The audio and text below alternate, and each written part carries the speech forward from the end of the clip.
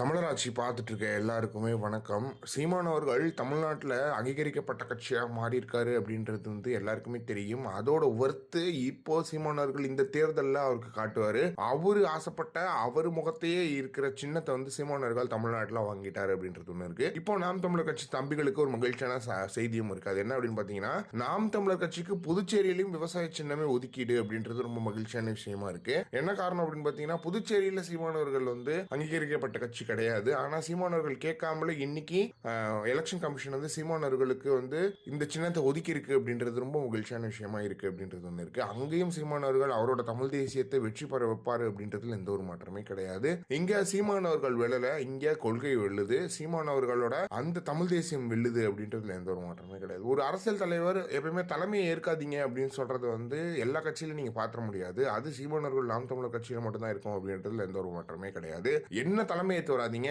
என்னோட கொள்கையை தலைமை ஏற்றுவாங்க. ஒரு தனிநபர் உங்க தலைமை கிடையாது, கொள்கை தான் உங்க தலைமை அப்படின்னு சொல்லிட்டு சீமானவர்கள் அடிக்கடி சொல்லுவாரு. அதை சீமானவர்கள் நிரூபிச்சும் காட்டியிருக்காரு அப்படின்றது ஒன்று இருக்கு. இன்னைக்கு தேர்தல் ஆணையமே இறங்கி சீமானவர்களுக்கு இதை செஞ்சது அப்படின்றது ரொம்ப மகிழ்ச்சியான விஷயமா இருக்கு. எனவே தேர்தல் ஆணையத்துக்கு மிகப்பெரிய நன்றிகள்.